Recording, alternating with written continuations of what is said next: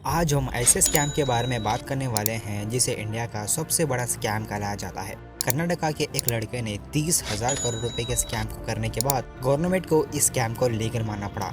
लेकिन क्यों? इस स्कैम को अंजाम देने वाला अब्दुल करीम तेलगी था। अब्दुल करीम ने वो करके दिखाया है जिसे गवर्नमेंट को ना चाहते हुए भी 30,000 करोड़ रुपए के ब्लैक मनी को अब्दुल के मरने के बाद भी लीगल डिक्लेयर करना पड़ा। तो चलिए दोस्तों, बात करते हैं अब्दुल करीम तेलगी के बारे में। अब्दुल ने ऐसा क्या कर दिया जिसको गवर्नमेंट ने अब्दुल के मरने के बाद भी उसके ब्लैक मनी को व्हाइट में कन्वर्ट कर दिया गया। अब्दुल का जन्म 1961 कर्नाटका में हुआ था। अब्दुल के फादर इंडियन रेलवेज में काम करते थे और अब्दुल जब सिर्फ 7 साल का था उनके फादर की डेथ हो गई थी।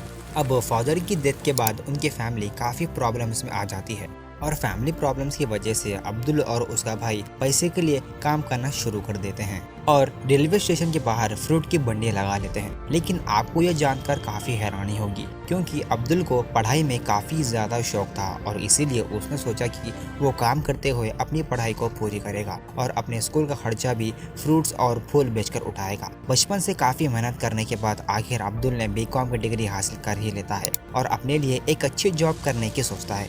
अब्दुल काफी पढ़ा लिखा इंसान था और इसीलिए उसे एक इजीली अच्छी जॉब लग भी जाती है। लेकिन अब्दुल का जॉब में इंटरेस्ट ना होने की वजह से अब्दुल को कई सारे जॉब से निकाला भी गया था। अब्दुल को समझ में नहीं आ रहा था कि उसे कौन सी जॉब करनी चाहिए जिससे उसे ज्यादा पैसे मिले और इसी सोच में ज्यादा पैसे कमाने के लिए अब्दुल मुंबई आ गया, जिसे सपनों का शहर भी कहा जाता है, और मुंबई जाकर जॉब करना शुरू किया। लेकिन काम में इंटरेस्ट ना होने की वजह से और टारगेट्स पूरे नहीं करने की वजह से उसे जॉब से निकाल दिया गया। अब वो परेशान हो गया था। फिर उसने देखा कि उसके कुछ दोस्तों ने सऊदी जाकर अच्छा खासा मोटा पैसा कमा रहे हैं।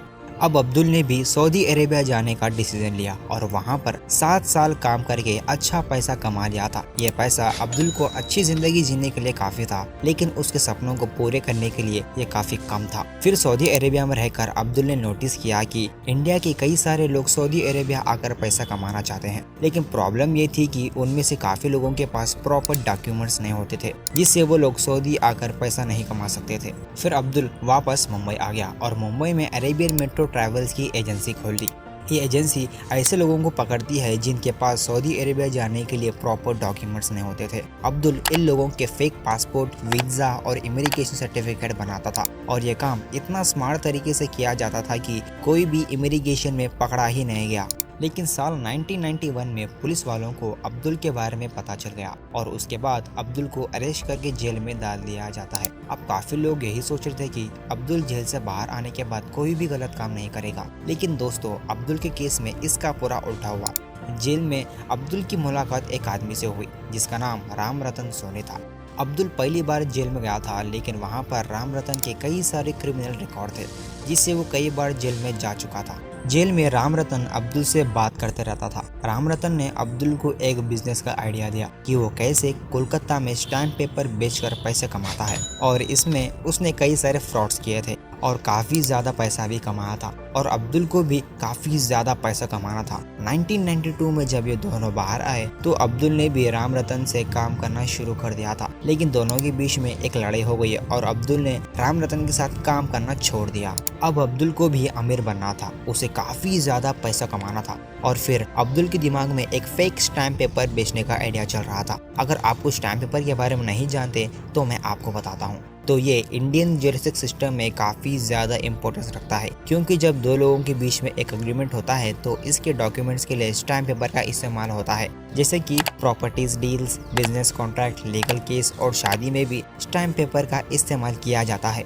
अब अब्दुल राम रतन के साथ काम करके स्टैम्प पेपर के पूरे बिजनेस को समझ चुका था और अब्दुल को ये समझ में आ चुका था कि इस बिजनेस से काफी ज्यादा पैसा कमाया जा सकता है। अब अब्दुल जैसे तैसे करके स्टैम्प पेपर का लाइसेंस निकाल लेता है और उसके बाद Abdul Indian secretary printing press में अपनी पहचान बना लेता है और वहां पर जाकर अब्दुल ये पता करता है कि सेक्रेटरी खराब स्टैम्प पेपर मशीन को ऑक्शन करते हैं, जिससे कुछ लोग उसे स्क्रैप करके पैसे कमा लेते हैं और एक ऐसा ही ऑक्शन से अब्दुल ने ज्यादा पैसे लगाकर उस मशीन को खरीद लिया था। अब अब्दुल ने भी घूस देकर उस मशीन को रिपेयर करवा लिया और साथ ही पेपर और इंक को भी हासिल कर लिया और अब अब्दुल अपने फेक स्टैम्प पेपर और असली स्टैम्प पेपर के साथ मिलाना शुरू कर दिया। और अब्दुल ने इसके ऊपर एक रिसर्च टीम बनाई हुई थी जिसमें से 350 MBA स्टूडेंट्स काम करते थे। ये स्टूडेंट्स हर वो इंस्टीट्यूट में जाते थे जहाँ पर स्टैम्प पेपर की ज़रूरत होती थी और वहाँ पर जाकर मार्केट प्राइस से काफ़ी कम में बेच देते थे। और अब्दुल ने जो सोचा था वही हुआ। अब्दुल 5 साल में ही करोड़ों रुपए कमा लिया था,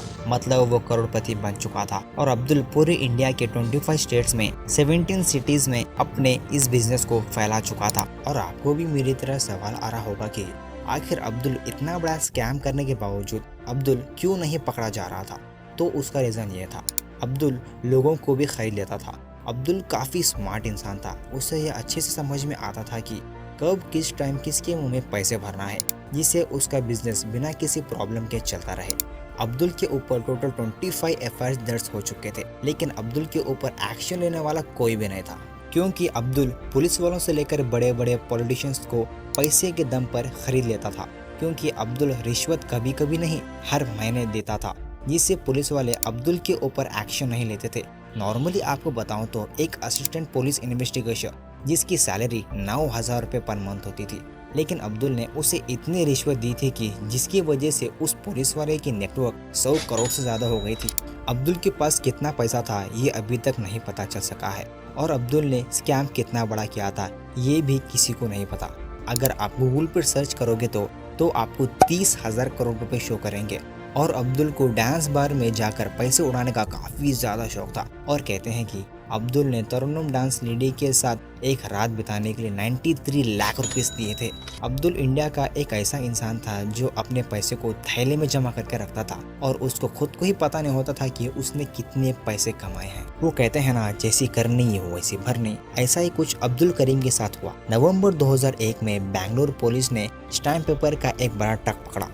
पुलिस को लग रहा था कि ये चुराएगा स्टैम्प पेपर से, फिर उन्हें पता चलता है कि ये फेक स्टैम्प पेपर है। तो पुलिस वाले देखकर शॉक में आ जाते हैं और पुलिस वाले इन्वेस्टिगेशन करना शुरू कर देते हैं। एक एक करके पुलिस ने मास्टरमाइंड अब्दुल करीम को ढूंढना शुरू करते हैं। जब ये इन्वेस्टिगेशन हो रही थी तो अब्दुल करीम को पता नहीं चला था कि पुलिस ने स्टैम्प पेपर का एक बड़ा ट्रक पकड़ा है, वरना अब्दुल करीम उन पुलिस वालों को भी खरीद लेता। लेकिन अब्दुल को यह पता चल गया था कि वो पुलिस वाले अब्दुल को अरेस्ट करने आ रहे हैं और अब्दुल करीम भाग जाता है। लेकिन अब्दुल करीम के जो काले धंधे थे वो ज़्यादा दिनों तक नहीं चल सकते थे और एक पुलिस को यह पता चल जाता है कि अब्दुल करीम अजमेर शरीफ जाने वाला है और उसे वहीं से अरेस्ट कर लेते हैं। अब्दुल करीम को अरेस्ट करने के बाद SIT और नार्को टेस्ट करते हैं, जिसमें कई सारे पॉलिटिशियंस, गवर्नमेंट ऑफिशियल्स और बॉलीवुड एक्टर्स तक का नाम लेता है। इस स्कैम में महाराष्ट्र के बड़े पॉलिटिशियन भी शामिल थे, लेकिन इनके खिलाफ कोई सबूत न मिलने के कारण इनके ऊपर इन्वेस्टिगेशन रोक दी गई। इसी बीच SIT के ऑफिसर का मर्डर हो जाता है। CBI के इन्वेस्टिगेशन में अब्दुल करीम के 36 लैंड्स को जब्त कर लिया जाता है, जो इंडिया के अलग अलग राज्यों में खरीदे गए थे। और सबसे बड़ी न्यूज़ ये है कि अब्दुल करीम के 100 से भी ज़्यादा बैंक अकाउंट थे और हर एक अकाउंट में करोड़ों रुपए थे। लेकिन अब्दुल करीम की 2017 में डेथ हो जाती है किसी कारण से। वैसे अगर आपको वीडियो अच्छा लगा तो वीडियो को लाइक और चैनल को सब्सक्राइब कीजिए। मिलते हैं अगले वीडियो में।